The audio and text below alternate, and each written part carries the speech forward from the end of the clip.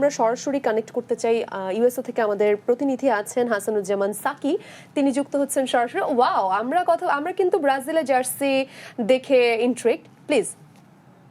হাইতির ম্যাচ সম্পর্কে বলার আগে আমি একটু এই পূর্ব উপকূলীয় যে অঞ্চল যুক্তরাষ্ট্রের, সেখানের ফিলাডেলফিয়ায় দ্বিতীয় ম্যাচ অনুষ্ঠিত হতে যাচ্ছে ব্রাজিল এবং হাইতির মধ্যে। সেখানে ফুটবল প্রেমীদের মধ্যে কি উত্তেজনা বিরাজ করছে সেই বিষয়টি আমি একটু বলতে চাই।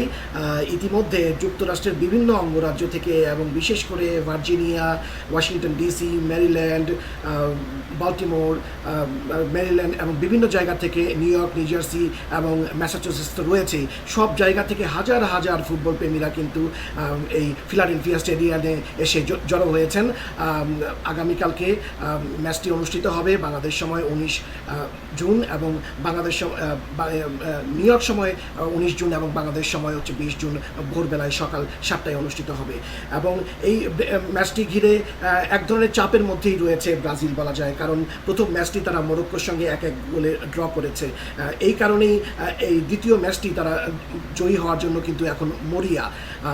যদি আমি একটু পরিসংখ্যান আপনাকে বলি যে ব্রাজিলের সঙ্গে হাইতির যে এর আগে দুটি ম্যাচ হয়েছে, কোপা চ্যাম্পিয়নে একটি ম্যাচ হয়েছে, সেখানে কিন্তু হাইতির বিপক্ষে ব্রাজিল 7-1 গোলে জিতেছিল এবং তার আগে আরেকটি ম্যাচ হয়েছিল, সেখানে 6-0 গোলে ব্রাজিল জিতেছে। তো সব কিছু মিলিয়ে ব্রাজিলের যে পারফরমেন্স, যে অবস্থান, তাতে করে ধারণাই করা যেতে পারে যে এই ম্যাচটি তারা সহজেই জয় পাবে।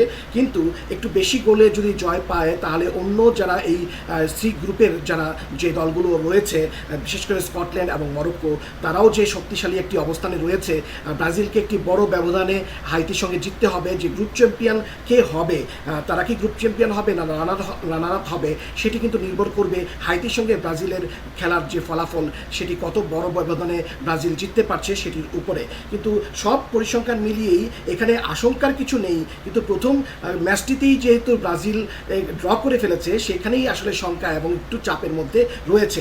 যে কারণে নতুনভাবে যে ব্রাজিলের কোচ যে তিনি কিন্তু নতুনভাবে জিনিসটা সাজাচ্ছেন এবং যে আজকে অনুশীলন হয়েছে সেখানে বিভিন্ন ফুটবলারদেরকে কিন্তু নতুন পজিশনে নতুনভাবে তিনি পরখ করে দিয়েছেন এবং শেষ পর্যন্ত তিনি কী পরিকল্পনা নেন সেটি কিন্তু সেই রহস্য কিন্তু রয়েই গেছে। এবং এই ম্যাচটি দেখার জন্যই এখন ফুটবল প্রেমীরা হাজার হাজার মানুষ কিন্তু এখন অপেক্ষায় রয়েছে। আমরা ফিরে যাচ্ছি নীলের কাছে। নীল, থ্যাংক ইউ সো মাচ।